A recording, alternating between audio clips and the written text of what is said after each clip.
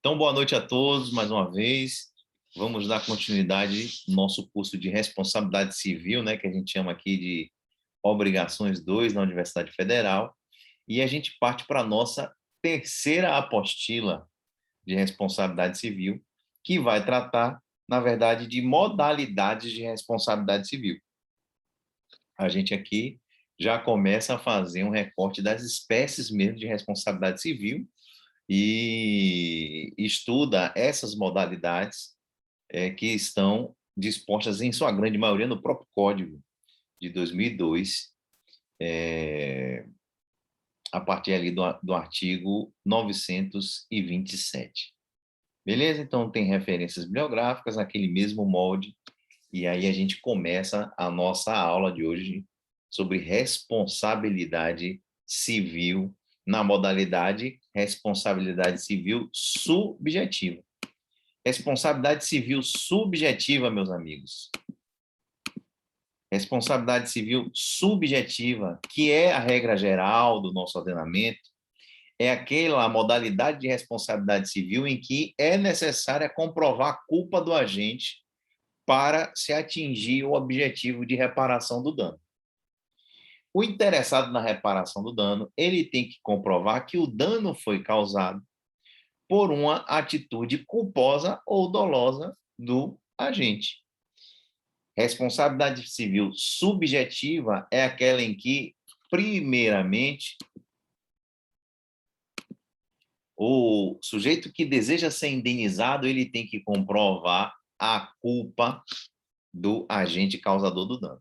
Ele tem que comprovar a culpa. E aí a gente fala culpa em sentido genérico, né? Pode ser atitude intencional, dolosa ou culposa em sentido estrito, que aí são as modalidades que a gente já conhece lá do direito penal, imprudência, negligência, imperícia, que a gente pode usar sem problema nenhum os conceitos aqui para a gente de imprudência, negligência ou imperícia. Então, depois de comprovado o dano, né, constatado um dano, deve ser comprovada que houve uma conduta humana culposa, uma conduta humana que acarretou aquele dano. A conduta humana que acarreta um dano, ela está ligada àquele dano pelo que a gente chama de nexo de causalidade. Então, nexo de causalidade é o que está ligando, na responsabilidade subjetiva, uma conduta humana culposa ou dolosa a um prejuízo, um nexo causal. Então, são esses elementos que devem ser comprovados, esses três elementos, né? O dano, a conduta culposa ou dolosa, e aí se subentende também a presença de um agente, né, causador desse dano, e o nexo causal. Então, é esse tripé que envolve a responsabilidade civil subjetiva. E essa é a regra geral do nosso ordenamento. No nosso ordenamento, a pessoa só responde na modalidade de responsabilidade civil objetiva quando expressamente vem dito na legislação. Quando não tem a previsão expressa de responsabilidade objetiva, a modalidade será subjetiva. Por isso que a gente diz que é a regra geral. É a regra geral porque, no silêncio, o dano será reparado mediante a comprovação da culpa do agente. Beleza? Então, o professor Anderson Schreiber, ele fala, por exemplo, em filtros de reparação do dano, em barreiras de reparação do dano. Ele imagina a situação mais ou menos assim. Ó. Vou fazer aqui. Vamos imaginar que esses quadradinhos aqui são barreiras que um corredor, né, precisa saltar. Vamos botar aqui 3 barreirinhas no nosso desenho. Eu tenho uma limitação aqui, né? Obviamente, de poder desenhar nesse negócio. Então, vocês já me perdoem aqui. E aqui, no final, bora botar assim, o prêmio, que é a grana, né? A grana, a restituição do patrimônio, aqui no final. Beleza. Então, o que o professor Tá, bom. Ando Schreiber diz é o seguinte, ele chama de filtro de reparação ou barreiras da reparação da responsabilidade civil. Para a gente atingir a nossa meta aqui, que é a reparação, nós temos que passar por 3 barreiras. Uma, né? Primeira barreira, vamos colocar aqui uma cor diferente nela, vermelho. A segunda barreira e a terceira barreira. Passar dessas 3 barreiras ou filtros de reparação, o cidadão chega lá e atinge o objetivo dele, que é conseguir a reparação. Quais são essas barreiras ou filtros para a responsabilidade civil? São 3 que a gente acabou de ver. A culpa,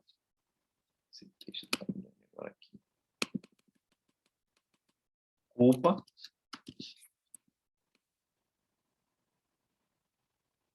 conduta culposa, né? Ou culpa genérica, o dano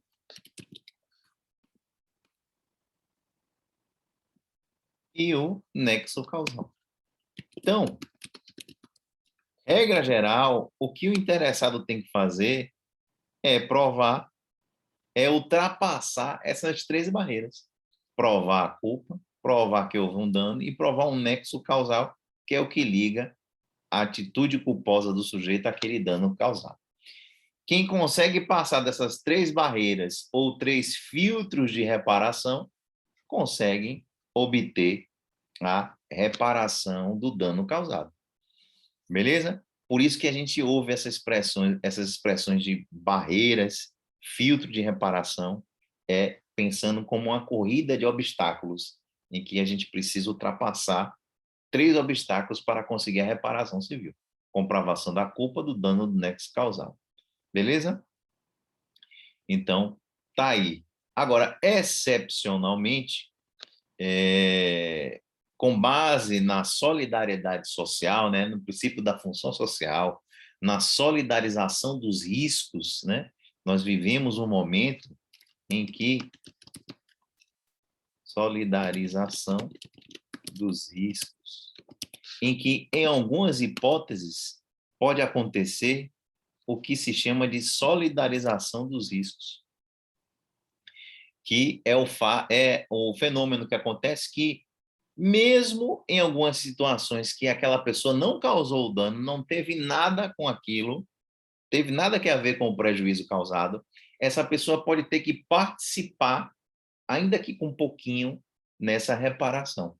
É o caso que acontece, por exemplo, nas hipóteses do DPVAT, seguro obrigatório de automóvel.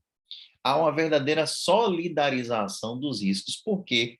Porque todo mundo que tem um automóvel é obrigado a pagar um valor de seguro obrigatório, para que, quando alguém que esteja conduzindo um carro, uma moto, se acidente, essa pessoa possa ter acesso a uma indenização previamente, né, tabelada, que surge por força do DPVAT.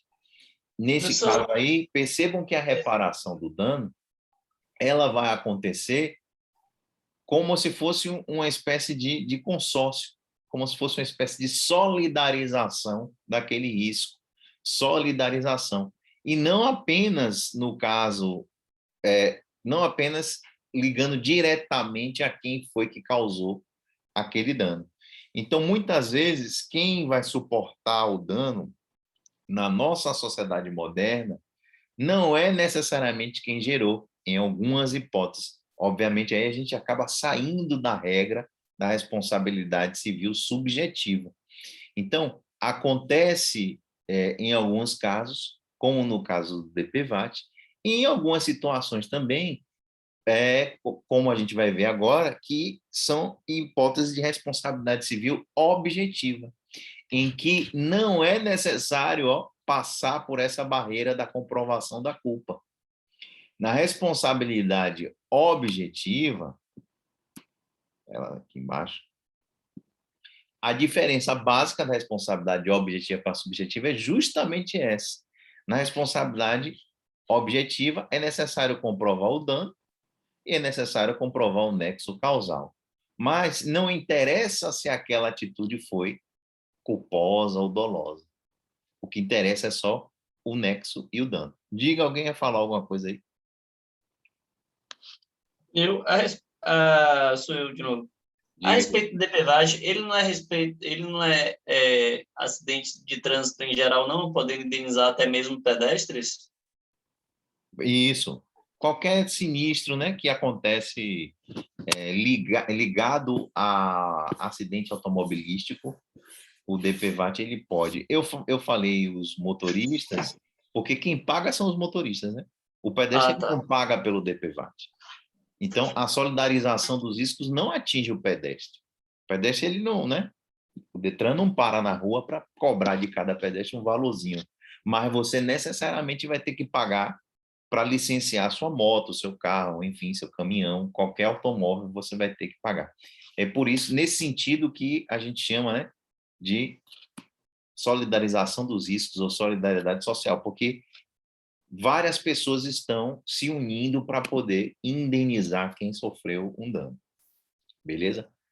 A responsabilidade que não há necessidade de comprovar ou de ultrapassar a barreira da culpa, né? A primeira barreira, ou ônus, ou filtro de reparação do dano, é a responsabilidade civil objetiva. Responsabilidade civil objetiva é a que dispensa a necessidade de comprovação de culpa. Então, é uma modalidade que facilita a reparação do dano, porque o prejudicado ele não precisa mais comprovar a culpa. Em muitas situações, comprovar a culpa do agente é um fardo, é algo difícil, às vezes, comprovar que, em determinadas situações, houve culpa do causador do dano.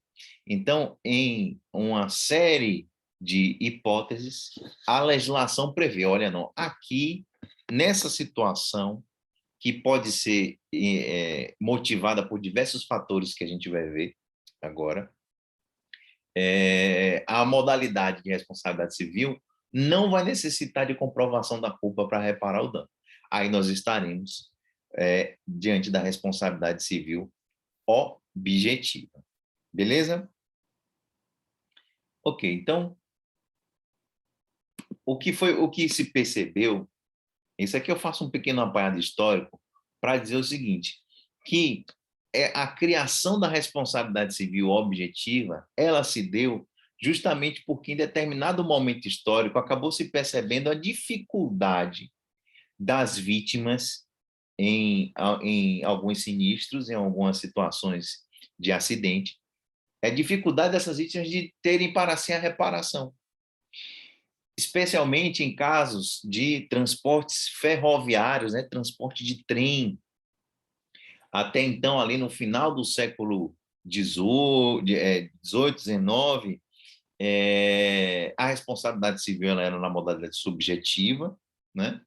E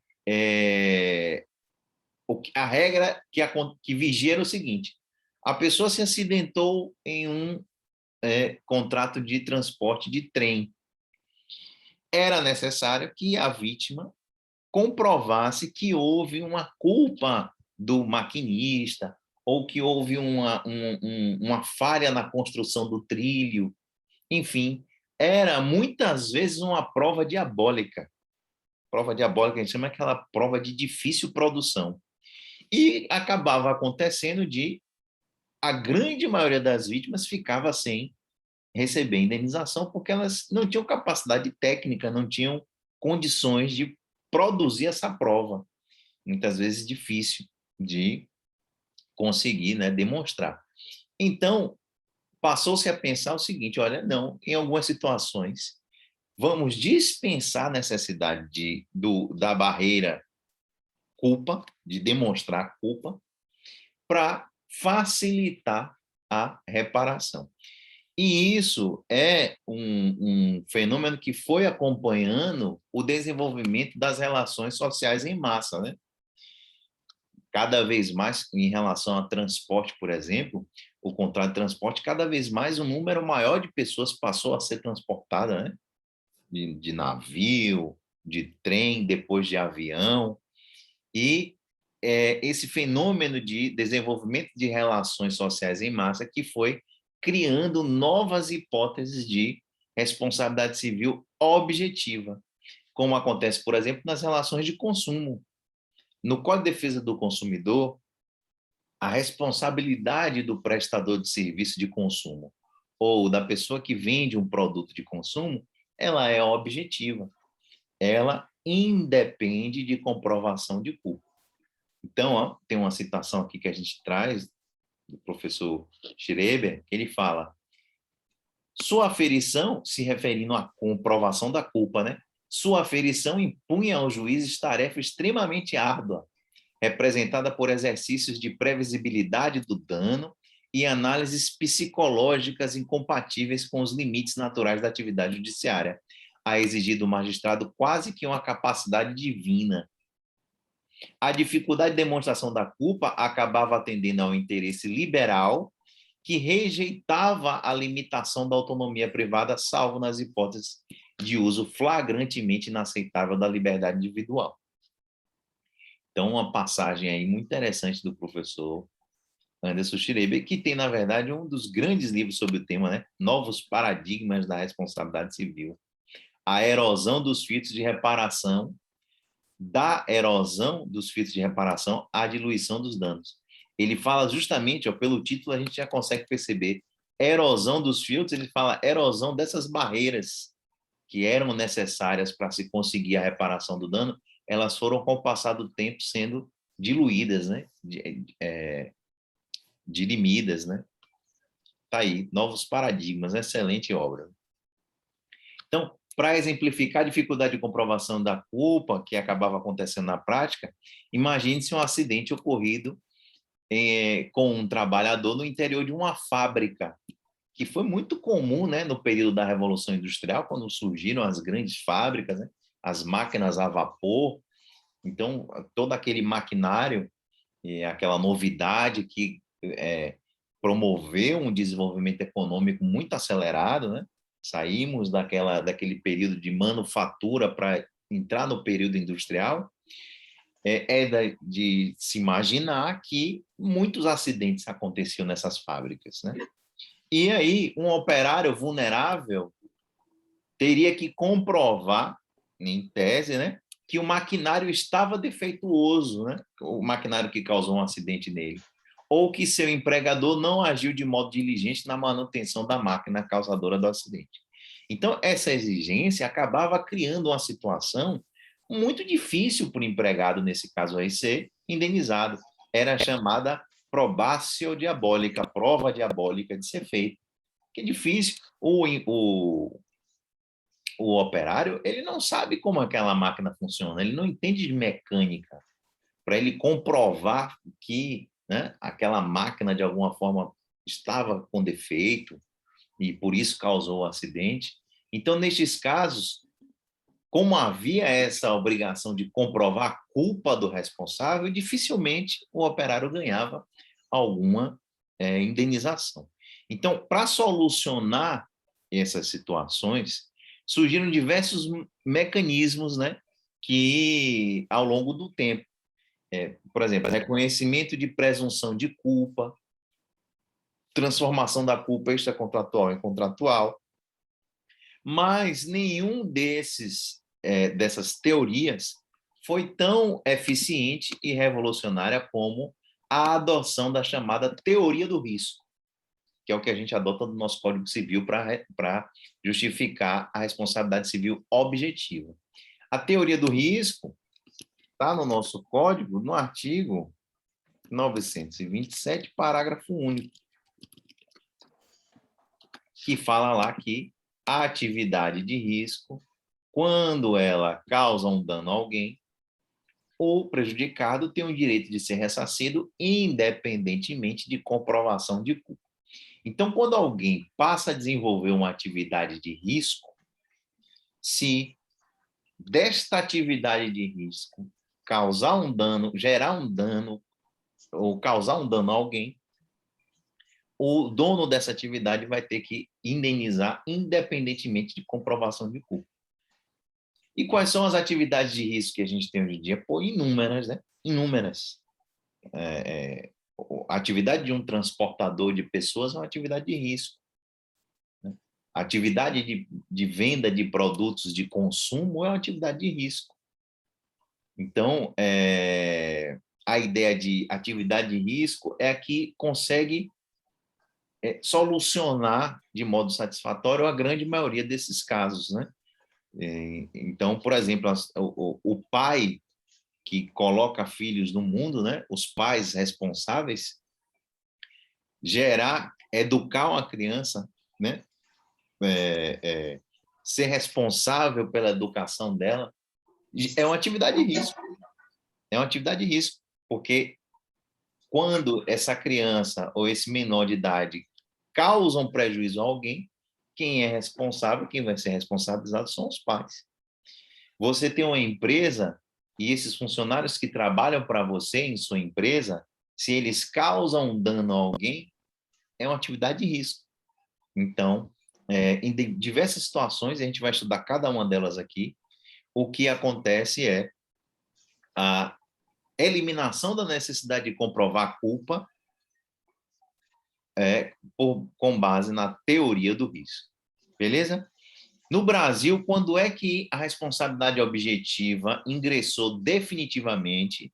Isso é muito interessante para vocês terem em mente esse marco normativo, porque em uma prova discursiva para você escrever sobre responsabilidade, distingue a responsabilidade civil objetiva da subjetiva, trazendo sei lá, passo a passo histórico ou os elementos fundamentais de transição da responsabilidade subjetiva para a objetiva no ordenamento brasileiro.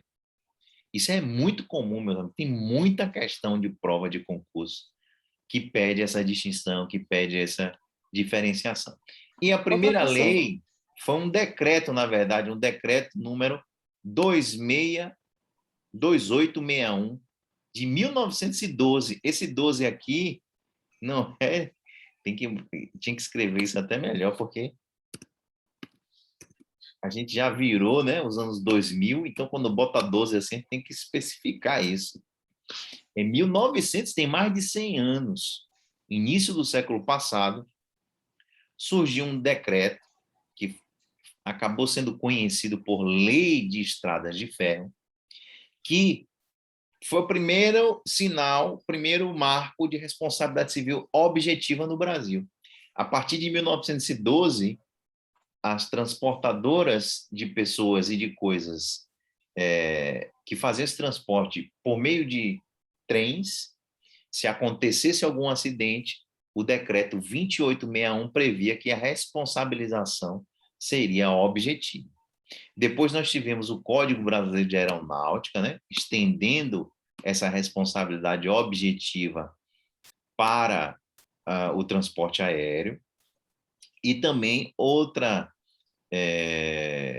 lei digna de menção é a Lei 6453, de 77, que trata das atividades nucleares, também falando de responsabilidade objetiva. Professor, foi só a partir de 86 que acidente aéreo era responsabilidade objetiva no Brasil? Não. A jurisprudência ela já vinha aplicando essa legislação das estradas de ferro para outras tantas situações. Por exemplo, no Rio de Janeiro, em Salvador, eram comum aqueles bondes elétricos. Né? Na Rua Chile tinha aqui, no Rio de Janeiro tinha muito lá, no bairro de Santa Teresa, enfim. Quando acontecia um acidente nesses bondes elétricos, esses bondes não são trens. Esses bondes não são trens. Estes bondes, eles são representam outra espécie, outro modal de transporte, né? E aí a jurisprudência ela começou a aplicar uma interpretação analógica que é uma analogia para trazer a legislação da estrada de ferro para outras modalidades de transporte, mesmo antes disso ser normatizado.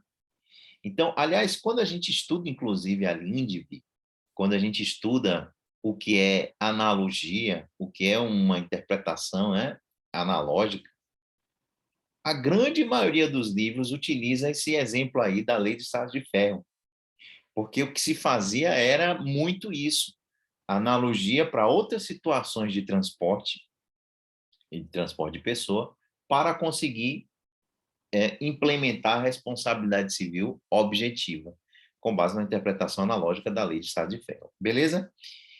Agora, com a Constituição de 88, aí o cenário já ficou mais organizado, porque a própria Constituição de 88, em diversos momentos, ela trata da responsabilidade civil objetiva no seu próprio texto. Então, por exemplo, nos casos de acidente de trabalho, a responsabilidade do empregador é objetiva, dispensa comprovação da culpa.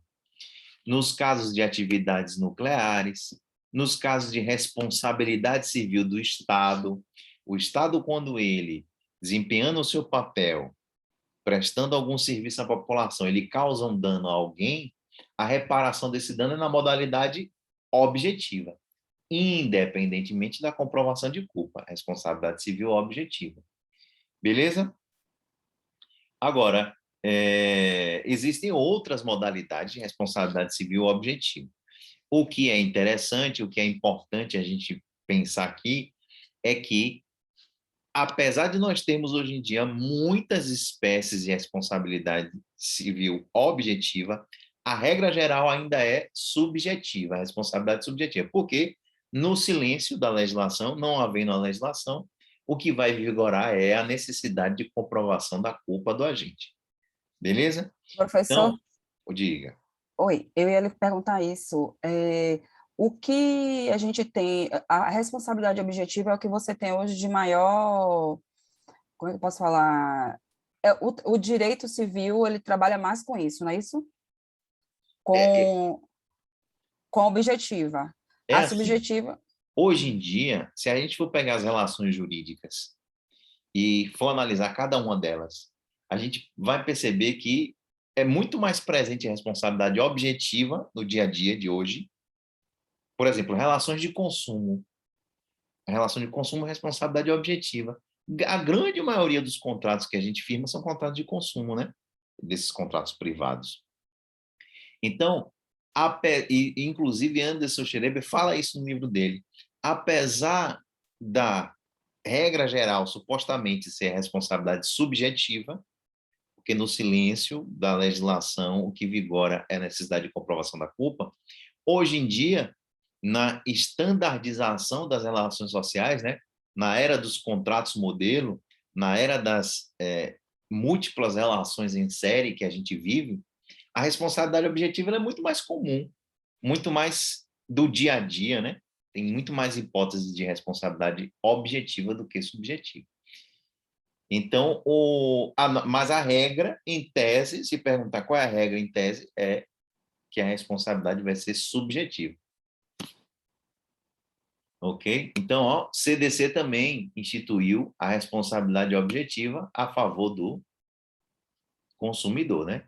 Então, quem fornece produto ou serviço é responsável por qualquer dano que causa ao consumidor, independentemente de comprovação de culpa. Beleza? O Código Civil de 2002 também trouxe várias hipóteses de responsabilidade objetiva. Então, e a gente vai ver aqui essas responsabilidades objetivas do Código Civil. E a base da responsabilidade objetiva, onde é que está? Ó, como eu já mencionei a vocês, a base da responsabilidade objetiva está no parágrafo único do artigo 927 do Código Civil, que trata da chamada teoria do risco da atividade. Veja, ó, haverá obrigação de reparação do dano, independente da comprovação de culpa. O que é isso? Responsabilidade civil objetiva. Nos casos especificados em lei, ou quando a atividade normalmente desenvolvida pelo autor do dano implicar por sua natureza, ó, risco a direitos de outrem.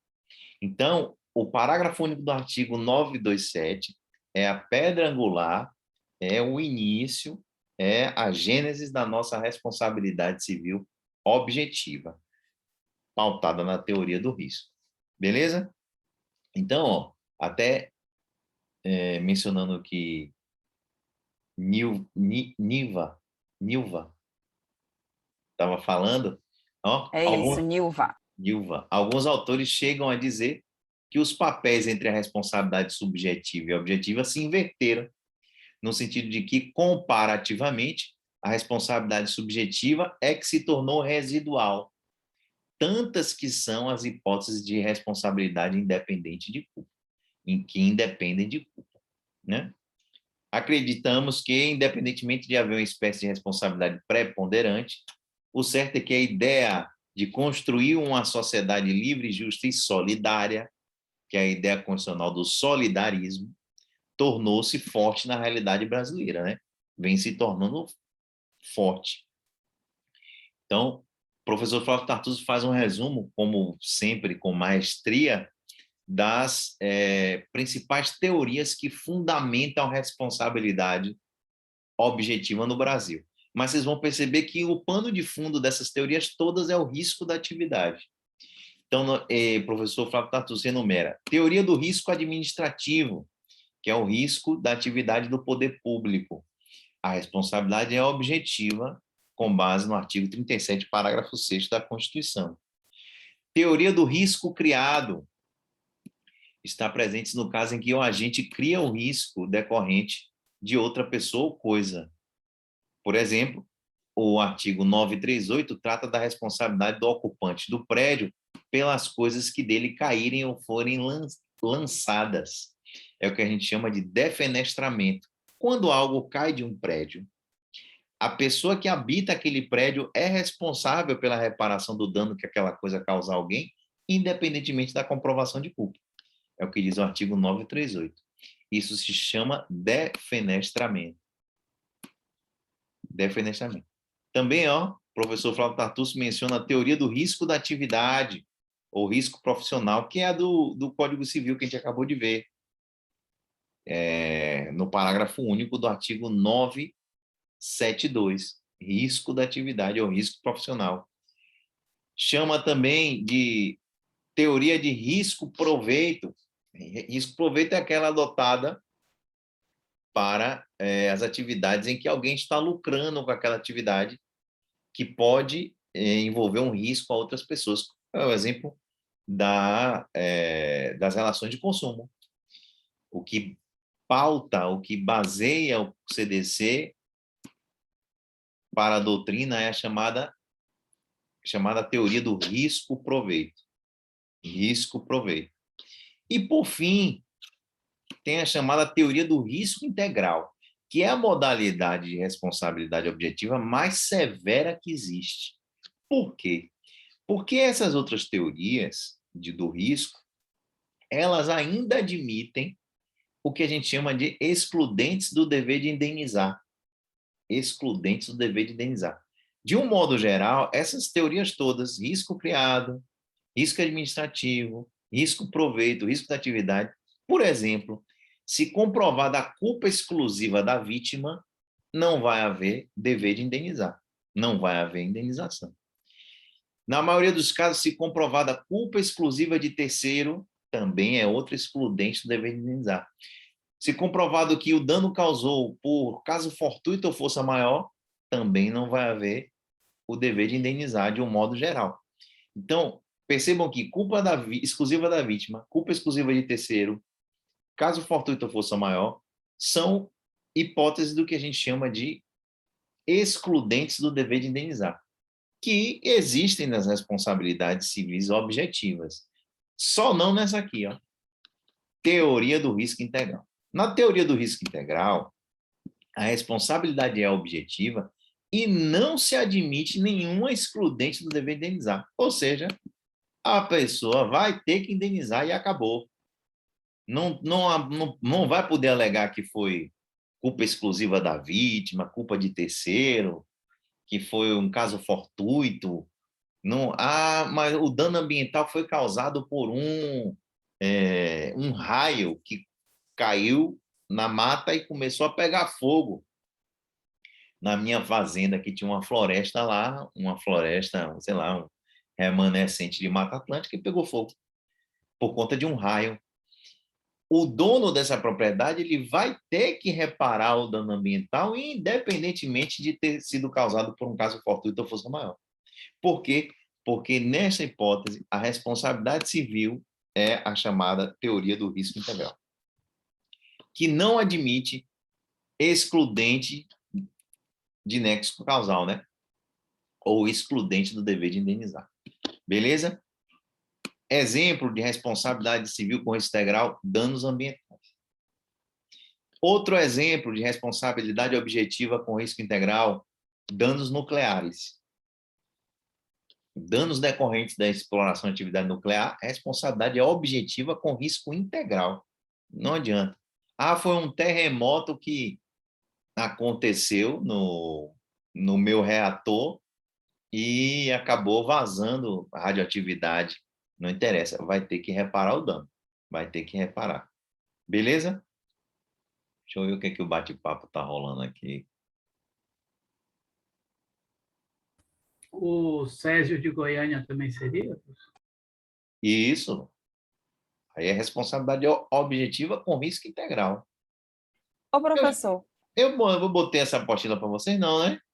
Não, ainda não. Pelo menos não recebi. Deixa eu botar aqui no chat, peraí.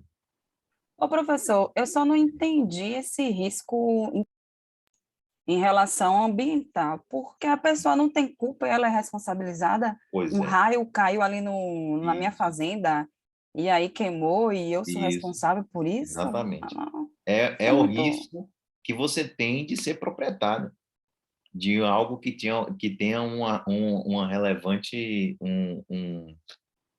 uma importância socioambiental. Isso, eu entendo sua... Peraí aqui.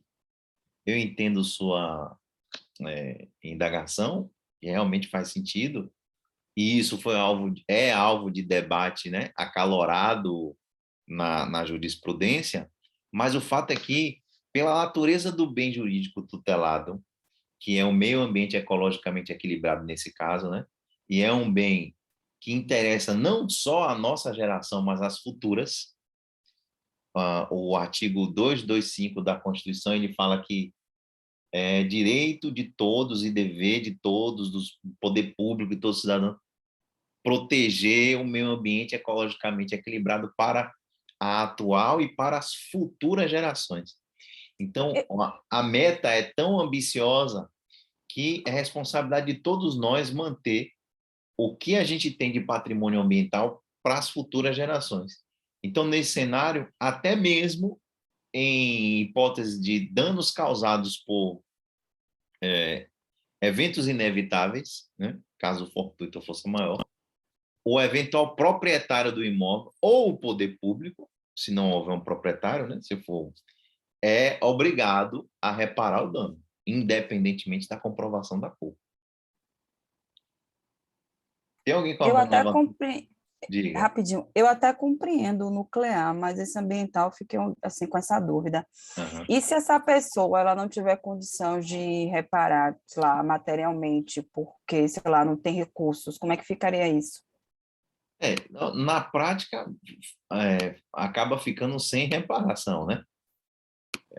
E isso acontece com muita frequência, inclusive. Mas ela responde com o patrimônio, né? Se ela tiver patrimônio, mas ela não tendo condição, não tem o patrimônio, não é capaz de saldar a dívida, aí acaba caindo no colo de toda a sociedade, né? A sociedade como um todo que vai arcar com esse prejuízo. Mas tudo está ligado com a ideia do risco, né? Ser proprietário envolve o risco. Ser proprietário, viver envolve o risco, na verdade, né? Estar vivo envolve o risco. Mas, em algumas situações, essa responsabilidade, esse risco, ele é ampliado. Ele é ampliado por por um consenso, né, legislativo, normativo. Diga aí, tem uma galera querendo falar aí. Aruan. Você Massa. poderia dar um exemplo de responsabilidade civil ou responsabilidade objetiva do Estado? Do Estado, por exemplo,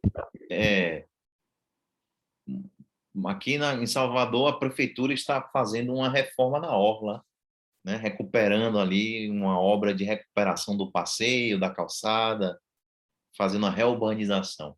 Nessa obra de reurbanização, algum funcionário da prefeitura causa um dano a alguém que está passando, a um carro que estava estacionado e ele, sem querer, sei lá, derramou tinta, concreto, alguma coisa que danificou o carro. Independentemente da comprovação de culpa, se aquele preposto do município agiu com culpa ou foi descuidado, ou ele agiu dolosamente, queria, né, causar o dano, o município ele vai indenizar independentemente da comprovação de culpa. Porque ali é como se fosse, né, o poder público, o Estado que está agindo, que está prestando serviço. Então, independentemente da comprovação de culpa, se prestando o seu serviço o Estado causa um dano a alguém, responde objetivamente. Mas aí, nesse caso, se ficasse comprovado que a culpa foi exclusiva dessa pessoa, aí afastaria a responsabilidade do Estado e seria exclusiva dele? Não. O Estado vai indenizar e aí o Estado pode entrar com ação de regresso para essa pessoa, né? O Estado ele tem o direito, aliás, em todas as modalidades de responsabilidade objetiva, é possível que quem é obrigado a indenizar por força da lei, né? Quem está na situação de ter que indenizar por força de uma responsabilidade objetiva, mas ele identifica o real causador do dano, ele identifica quem foi que agiu com culpa, ele pode entrar com ação de regresso, sem problema nenhum. Então, aí, no caso, o município, por exemplo, ele poderia entrar com ação de regresso contra o funcionário que agiu culposamente, né? Foi feita uma perícia lá e percebeu que o dano foi causado por negligência do funcionário da prefeitura. Aí ele vai responder em uma ação regressiva. Mas a vítima, o prejudicado, pode pedir diretamente do poder público, sem necessidade de comprovação de culpa daquele agente. Que ele funciona como se fosse um braço, né, do poder público, alguém que estava em nome do poder público. E é assim em diversas situações, viu, que a gente vai ver aqui, não é só do poder público, não. Né? Os empregados com os empregadores, muitas situações. Márcio quer falar alguma coisa? Deixa eu baixar a mão aqui. Ainda o exemplo que eu mencionei do Césio 137, eu acho que ele tem algumas coisas interessantes ali, porque os colegas mais jovens não devem lembrar da história, não devem conhecer, né? Foi uma pessoa que encontrou uma sucata de material de uma clínica radiológica, abriu, né? E aí encontrou aquele material radioativo que era brilhante no escuro, ficou interessado, manipulou aquilo e aí contaminou a cidade de Goiânia, né? E várias pessoas morreram em decorrência disso. O próprio cara que iniciou esse processo morreu, vítima da radiação, então não teria hipótese dele ser responsabilizado pelo dano causado. Mas a clínica que descartou inadequadamente, ela foi punida por isso? Como é que ficou? Você se lembra dessa história? Como é que isso foi tratado? Eu me lembro dessa história, mas eu não sei o desfecho jurídico, mas no nosso sistema, enfim, a empresa, a clínica, ou seja lá o que for que produziu esse material, que detinha esse material, é responsável objetivamente, né? Objetivamente. Alguém perguntou aqui, cadê no chat? O meio ambiente também é questão essencial em direito penal, que, se não me engano, é o único caso que aceita a responsabilização penal da pessoa jurídica. Isso, no direito ambiental, né, a Lei 9.605 de 98, que é a lei que trata dos crimes ambientais, ela expressamente permite a responsabilização criminal da pessoa jurídica em relação a crimes ambientais. Mas não é o único caso, viu, Liara? Existem outras situações em que a pessoa jurídica pode cometer crimes, mas, de fato, no direito ambiental é assim, na Lei 9.605 de 98, que é a Lei de Crimes Ambientais. Beleza, na sequência aqui, meus caros, qual é o resumo da responsabilidade objetiva independente de culpa? Ó, nos casos expressamente previstos em lei, né, quando a lei expressamente trouxer, nas atividades de risco, normalmente desempenhada pelo autor do dano, né? Isso aqui é a cláusula geral da responsabilidade objetiva, atividade de risco, que se aplica, por exemplo, ó, motoristas de carga perigosa e de valores, segurança, motoboy, mineiro, enfim, diversas situações aqui, a cláusula geral da atividade de risco e a responsabilidade objetiva. Beleza? Então, olha só um enunciado também importante, o 446 da 5ª Jornada de Direito Civil, que diz que a responsabilidade civil prevista na segunda parte do parágrafo único do artigo 927, que é a responsabilidade objetiva baseada no risco da atividade, né, deve levar em consideração não apenas a proteção da vítima e a atividade do ofensor, mas também a prevenção e o interesse da sociedade. Então, essa interpretação é a interpretação que prevê que, além de reparar o dano, a responsabilidade civil objetiva ela também está incumbida de um efeito pedagógico, de um efeito educativo, de um efeito preventivo. Então, a ideia também é inibir esses danos. É o que está por trás do parágrafo único do artigo 927. Beleza? Aí o professor Cláudio Tartucci traz um exemplo relativo aos ambientes virtuais de relacionamento. Orkut, quem lembra do Orkut aí? Eu peguei o Orkut. Quando houve a responsabilização, a empresa Orkut, que mantinha um sítio digital, casos em que a responsabilidade é tida como objetiva, pois tais ambientes são tidos como de potencial risco de lesão aos direitos da personalidade. Então, essas plataformas de redes sociais e tal, né, elas podem ser responsabilizadas objetivamente por situações em que possam causar danos a usuários dessas redes. E aí, no exemplo mencionado pelo professor Flávio Tartucci, né, o Orkut era da Google. E aí,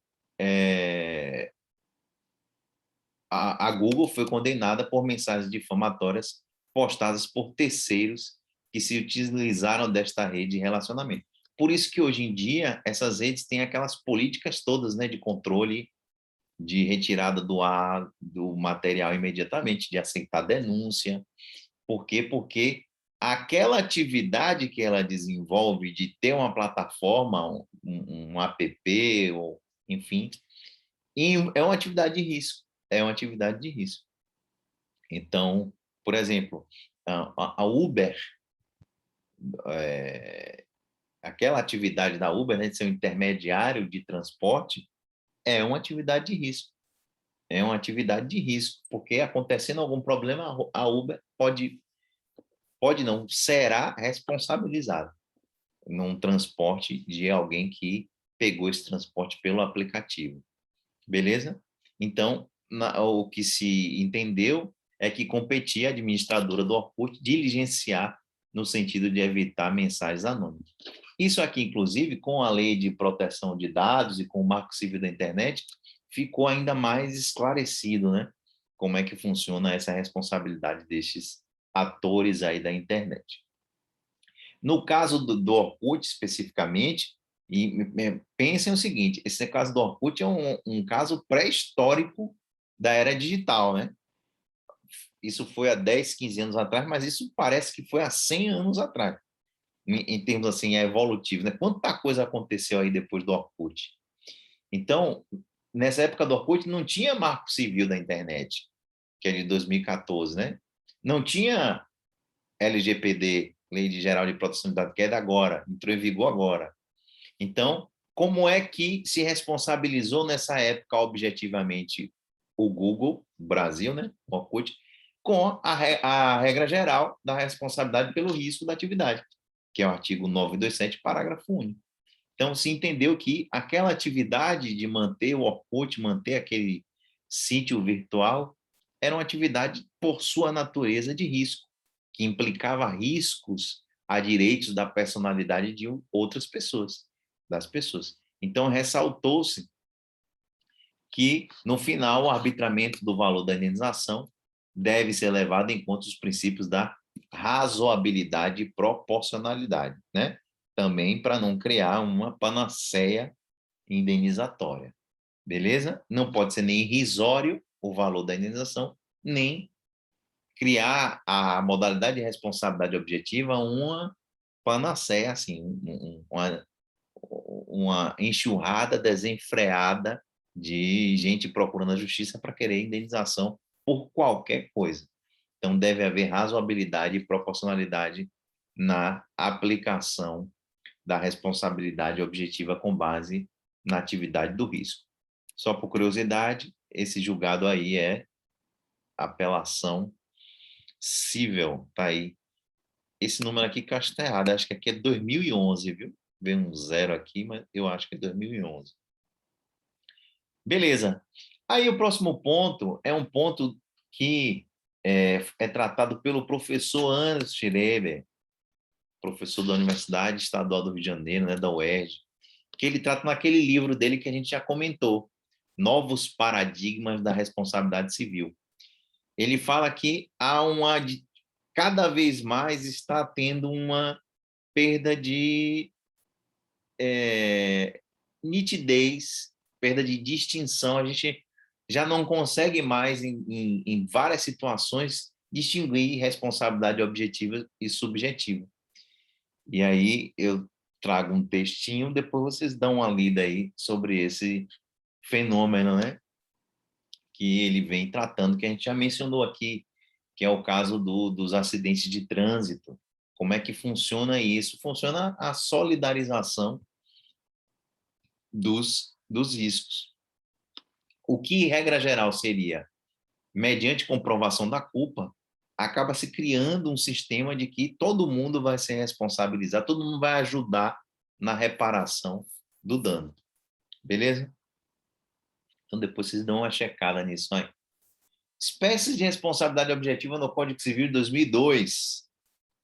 O Código Civil de 2002 traz uma série de modalidades de responsabilidade objetiva, ou seja, que não precisa comprovar a culpa. Primeira, porque a gente vai citar aqui, é do empresário por danos causados pelos produtos postos em circulação. O artigo 931 determina que os empresários individuais e as empresas respondem independentemente de culpa, olha aí, responsabilidade objetiva, pelos danos causados pelos produtos que colocam em circulação. É a regra que vigora no CDC.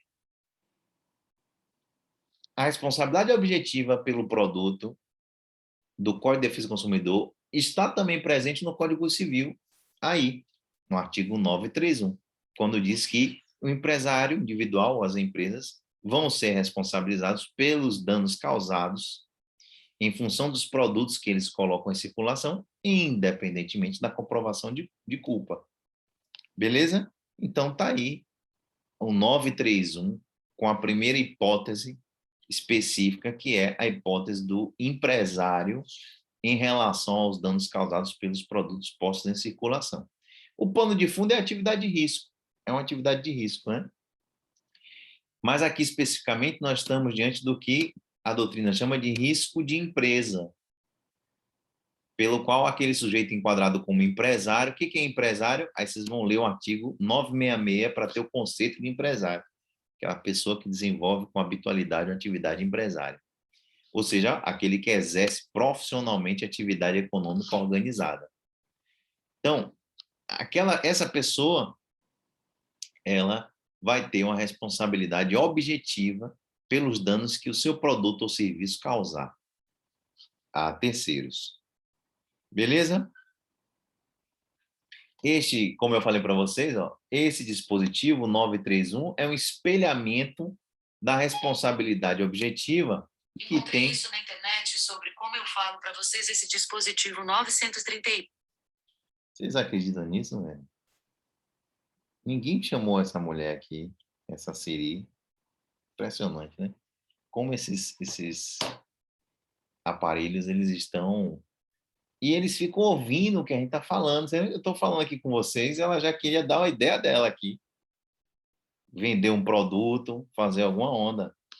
Rapaz, que... Pelo menos no caso dela era alguma coisa que valia a pena. Às vezes você está assistindo...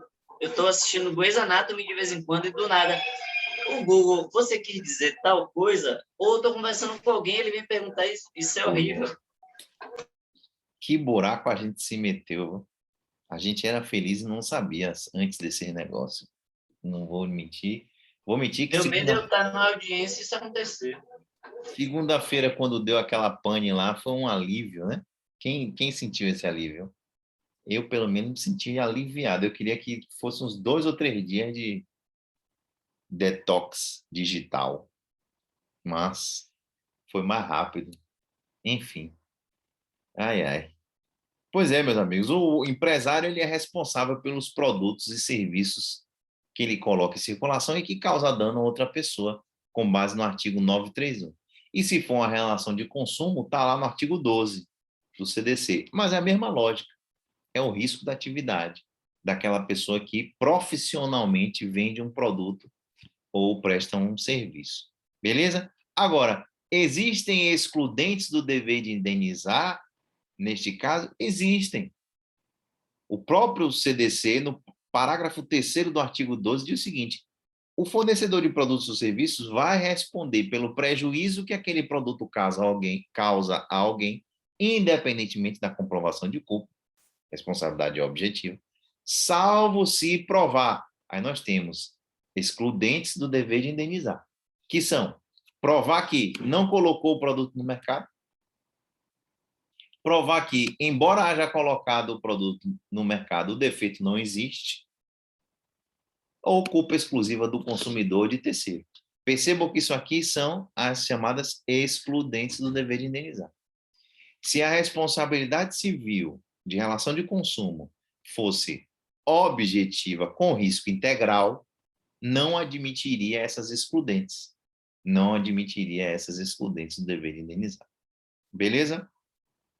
E aí a gente soma, a jurisprudência e a doutrina soma essas hipóteses da relação de consumo, também a excludente do dever de indenizar baseada no caso fortuito ou força maior. Aqui é o fortuito não ligado a uma atividade da empresa.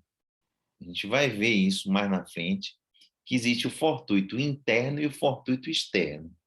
O fortuito interno é aquele ligado ao próprio risco da atividade. Este não elide, não retira o dever de indenizar. Agora, se o fortuito for um fortuito externo, aí sim é uma hipótese de exclusão do dever de indenizar. Por exemplo, uma pessoa que está dirigindo um ônibus, né? Você está pegando viajando de ônibus e fura um pneu. O motorista perde o controle e bate o ônibus, acidentam-se várias pessoas. Furar um pneu em um trajetório é um risco da atividade? É um fortuito interno? Sim, né? Faz parte, a gente sabe que pode acontecer, furar um pneu. Beleza. Agora, o motorista, ele perdeu o controle, não, Deixa eu dar um exemplo melhor. Você, em um ônibus, fazendo um trajetório no ônibus, no contrato de transporte, durante o contrato de transporte, você é alvejado por uma bala perdida que entra pelo vidro do automóvel, do ônibus. Neste caso aí, haverá o dever de indenizar pela transportadora? Aí não, porque isso é um fortuito externo, né? Completamente dissociado do risco daquela atividade.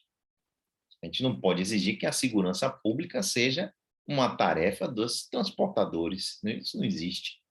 Então, é possível que o caso fortuito seja alegado como excludente do dever de indenizar, se for um fortuito externo, né?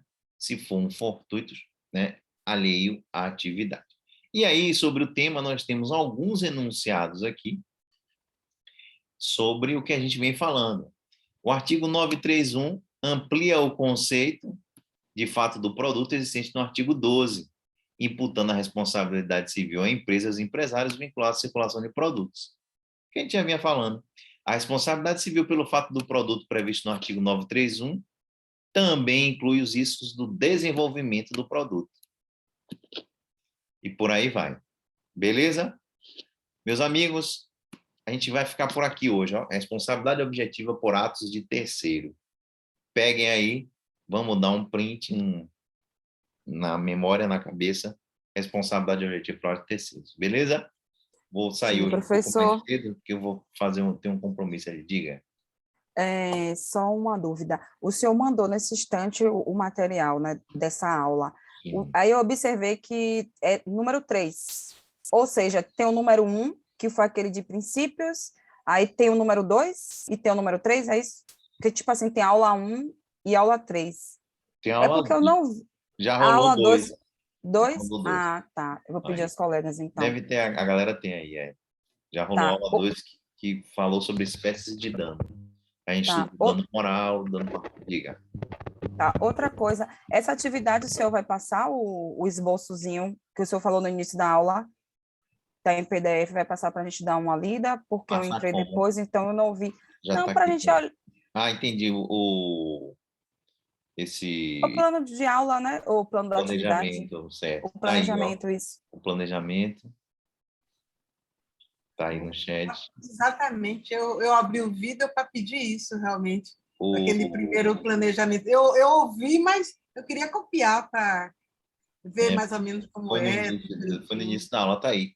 Responsabilidade, a apostila e o...